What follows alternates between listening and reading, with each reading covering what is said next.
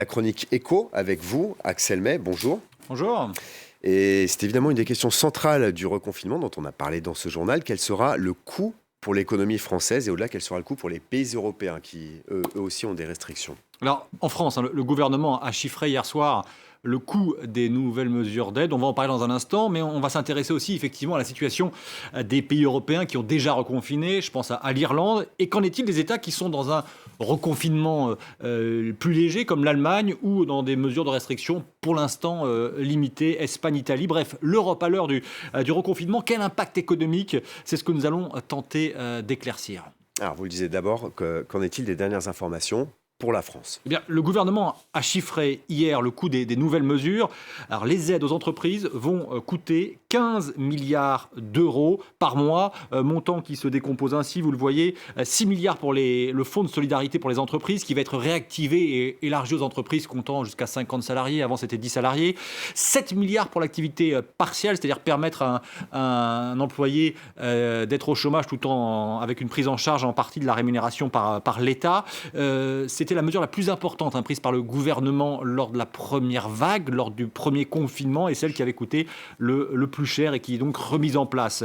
À cela, vous ajoutez plus d'1 milliard pour les exonérations de cotisations sociales et 1 milliard pour la prise en charge d'une partie des loyers des entreprises, et vous arrivez à ce chiffre de 15 milliards par mois estimé hier par le ministre de l'économie. Alors tout cela va avoir une incidence, évidemment, un impact sur l'activité, une chute de 15% annoncée par le gouvernement, mais qui, dans la foulée, estime que cette chute sera 2 fois moins importante que lors du confinement du printemps, avec une chute qui était 30%.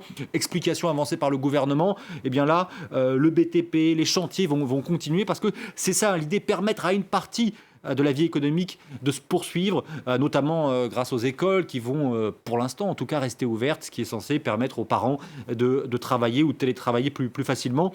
Les estimations en tout cas sont certainement en deçà de la réalité, et le nouveau tour de vis auquel on assiste aura très certainement un impact durable sur l'économie française. Alors, il n'y a absolument rien de réjouissant là-dedans, et en plus, il faut savoir qu'il est difficile de prévoir quel sera l'impact sur les courses de Noël. On sait que c'est un enjeu, cette période de Noël, période commerciale très importante pour de nombreux secteurs. Comment ça se passe ailleurs ?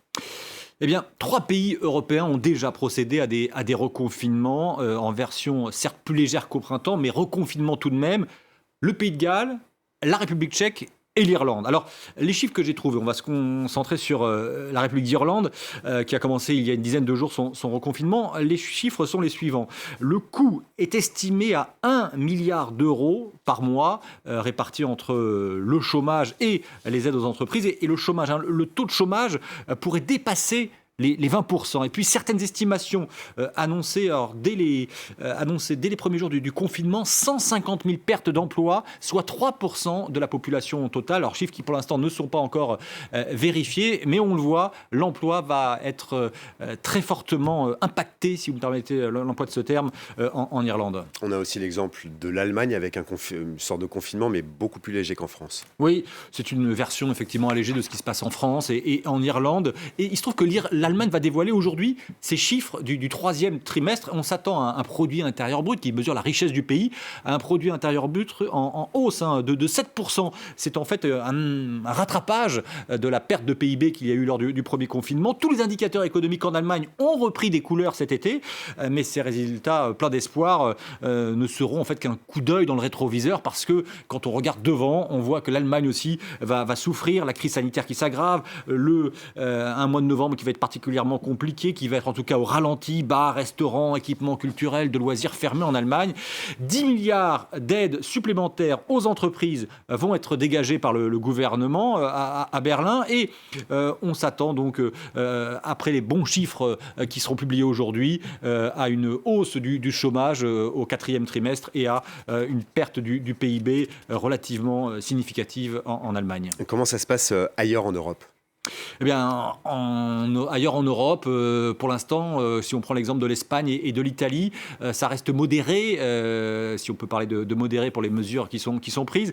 Mais en tout cas, l'Espagne estime qu'elle vit sa pire récession depuis la guerre civile, tandis que l'Italie fait face à des manifestations, les personnes se révoltent, on le voit ici, et vous avez aperçu ce tableau qui permet de voir que les aides ont commencé de la part de l'Europe, aides aux pays les plus touchés, Italie, Espagne, et puis dans une moindre mesure la Pologne. Mais grosso modo, on se dirige, alors qu'on avait estimé qu'il y avait un rebond partout en Union européenne, eh bien on se dirige vers une fin d'année extrêmement compliquée, pour ne pas dire pessimiste. C'est rare que les chroniques éco soient optimistes en ce moment. Merci beaucoup, Axel May, pour cette chronique éco.